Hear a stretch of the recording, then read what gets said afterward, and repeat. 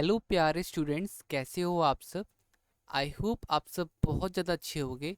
तो आज की इस वीडियो में हम क्लास 10th का वर्कशीट नंबर 16 करेंगे। यह हमारी विज्ञान की वर्कशीट है और यहाँ पर आज जो हमारा टॉपिक है वो है विस्थापन तथा द्विविस्थापन रासायनिक अभिक्रिया। तो देखिए, यहाँ पर विस्थापन अभिक्रिया क्या होती है, ज़रा सबसे पहले हम उसको देखते हैं। विस्थापन अभिक्रियाएं एक रासायनिक अभिक्रिया है जिसमें अधिक क्रियाशील तत्व कम क्रियाशील तत्व को उसके यौगिक से विस्थापित करता है। जैसे उदाहरण के लिए ये जो लोहा है वो कॉपर सल्फेट को विस्थापित कर देगा, क्योंकि देखो लोहा जो होता है, आयरन जो होता है वो ज़्यादा क्रियाशील होता है किससे, कॉपर से। तो यहाँ पे जो आयरन है ना वो कॉपर को विस्थापित कर देगा और कॉपर को हटा करके कॉपर की जगह पे खुद आ जाएगा। जैसे कि आपने देखा कॉपर अभी सल्फेट के साथ था, तो आयरन ना उससे ज़्यादा क्रियाशील है, अगर हम बोलें तो उससे ज़्यादा ताकतवर है, तो उससे ज़्यादा क्रियाशील है, जिस वजह से वो कॉपर को हटा करके खुद कॉपर की जगह में आ जाएगा और कॉपर को बाहर कर देगा। तो यहाँ पर क्या होता है कि कॉपर नीले कलर का होता है जो कि अब हल्का हरा कलर का हो जाता है। तो देखो लिखा हुआ है, जब लोहे की कीलों को कॉपर सल्फेट के विलयन में डुबोया जाता है तो कुछ समय बाद लोहे की कीलों में कॉपर जमा हो जाता है और विलयन का रंग नीले रंग से हल्के हरे रंग में बदल जाता है। तो बच्चों ऐसा इसलिए होता है क्योंकि कॉपर की तुलना में आयरन क्या होता है, अधिक प्रतिक्रियाशील होता है। ठीक है, तो बच्चों यहाँ पर मेरे हिसाब से आपको समझ में आ गया होगा। एक और यहाँ पे एक उदाहरण है, उदाहरण 2। जिंक को कॉपर सल्फेट विलयन में डालने पर निम्नलिखित अभिक्रिया होती है। अगर जिंक को कॉपर सल्फेट में डालोगे तो देखो जिंक भी क्या है बच्चों, जिंक भी ना बहुत ही ज़्यादा क्रियाशील है कॉपर से, तो वो कॉपर को वापस से विस्थापित, कॉपर को उसकी जगह से हटा देगा, विस्थापित कर देगा और खुद कॉपर की जगह पे आ जाएगा। तो जिंक सल्फेट हो जाएगा और कॉपर अलग। ठीक है बच्चों, तो सवाल ये उठता है सर कि हमें कैसे पता चलेगा कि कौन सा तत्व किससे ज़्यादा अभिक्रियाशील है कि नहीं है। ठीक है, तो बच्चों इसके लिए आपको ये जो लिस्ट है ना, ये जो आपको लिस्ट दे रखी है, लिस्ट नंबर 1 2 3 4 5 6 7 8 9 10 11 12। बच्चों ये लिस्ट ना आपको लर्न रखना पड़ेगा, क्योंकि ये लिस्ट बहुत ज़्यादा इम्पॉर्टेंट है और इसको आपको याद रखना पड़ेगा। तो ये ना सबसे पहला है पोटेशियम। पोटेशियम बच्चों सबसे ज़्यादा अधिक क्रियाशील होता है। उसके बाद आता है सोडियम। सोडियम दूसरे नंबर पे है, बहुत ज़्यादा क्रियाशील होता है। उसके बाद होता है कैल्शियम। उसके बाद होता है magnesium, aluminium, zinc, iron, lead, hydrogen, copper, mercury, silver. तो बच्चों अब आप इससे इस पूरे के पूरे जो नोट दे रखा है यहाँ पे, इस नोट से आप पहचान सकते हो। जैसे कि ये देखो आयरन था, तो आयरन और कॉपर देख लो कहाँ है आयरन, तो आयरन मेरा यहाँ पर है, ये देखो ये रहा आयरन। कॉपर कहाँ है, कॉपर देखो कितना नीचे है। तो ये देखो सबसे ऊपर वाला ज़्यादा क्रियाशील होगा और उससे छोटा कम क्रियाशील होगा। उसी तरह से जिंक, जिंक क्या है, तो जिंक देखो ऊपर में है, तो जिंक भी क्या करेगा, आयरन को विस्थापित कर सकता है, क्योंकि जिंक ज़्यादा क्रियाशील है किससे, आयरन से। तो बच्चों ये देखो, इसको याद करने का एक ट्रिक है। ट्रिक क्या है, तो आपको यहाँ पे दिख रहा होगा कैसे आप याद कर सकते हो इसको। तो देखो ये रहा लिखा हुआ है, काशीनाथ का माली आलू जरा फीके पकाता है क्योंकि होगा एजिड। ठीक है, तो यहाँ पे मैं जब छोटा था तो हमें मैम ने बताया था काशीनाथ का माली आलू जरा फीके पकाता है, और क्यों यहाँ पर हम लिखते थे कौन है आगे आओ, AGAU भी होता था। ठीक है, तो ये हमारा बेसिकली आप इस तरीके से लर्न कर सकते हो। काशी मतलब पोटेशियम, के नाथ मतलब Na, सोडियम, का मतलब कैल्शियम, माली मतलब Mg, आलू मतलब Al, जरा मतलब जिंक, फीके मतलब Fe, और पकाता है मतलब Pb, अहे मतलब H। ठीक है ना। अच्छा बच्चों, अब जरा बात कर लेते हैं द्विविस्थापन की। द्विविस्थापन अभिक्रियाएं ऐसी अभिक्रियाएं होती हैं जिनमें अभिकारकों के बीच आयनों का आदान प्रदान होता है। बच्चों यहाँ पे लेन देन चलता है, मतलब कि सारे के सारे एक दूसरे से चेंज होते हैं, विस्थापित होते हैं।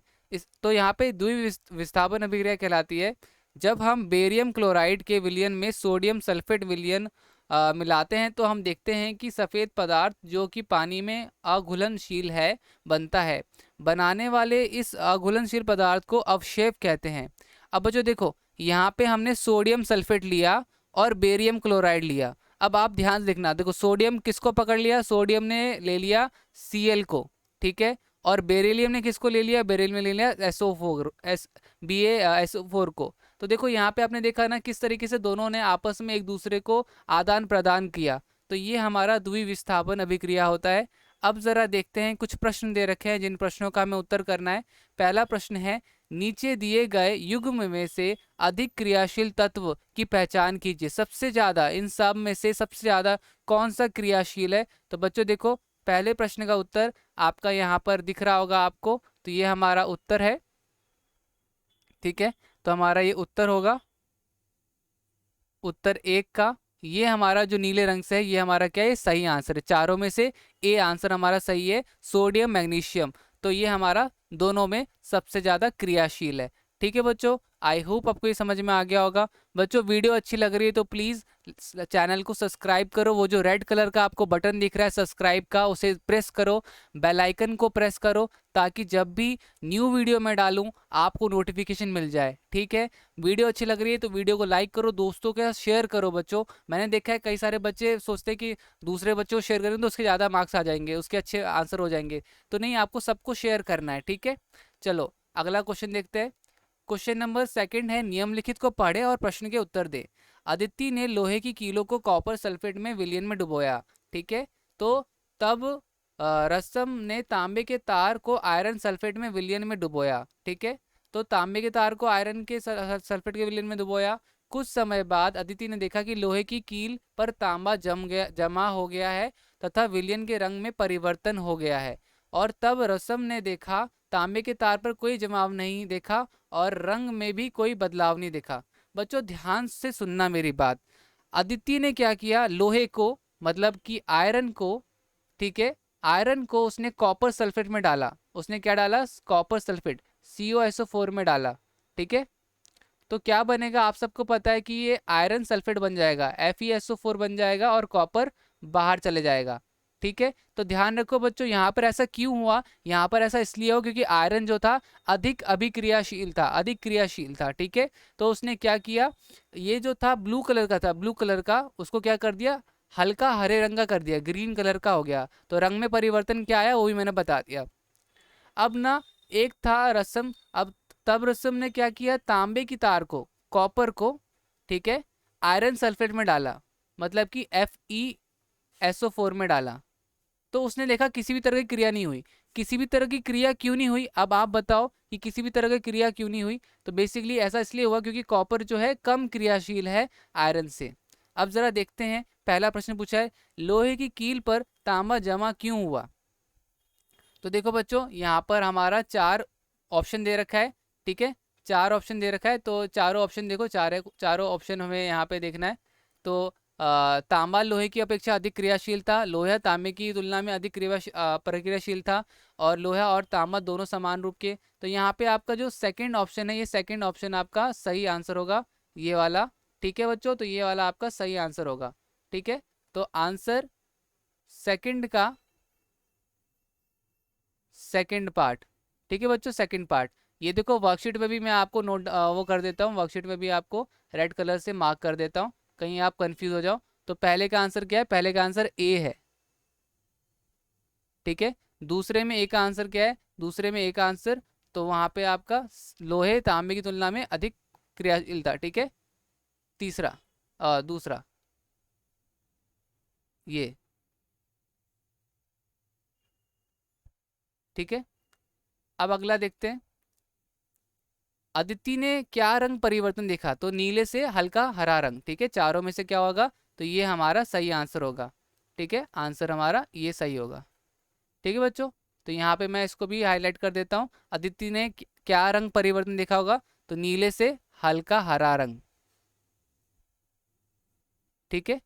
अब अगला देखते हैं, प्रश्न 3 हमारा जो है लिखा हुआ है, द्विविस्थापन अभिक्रिया को अवशेषण अभिक्रिया भी कहते हैं। उदाहरण सहित स्पष्ट कीजिए।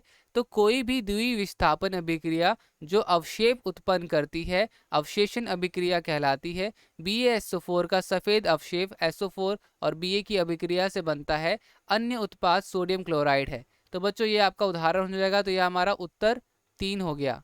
ठीक है।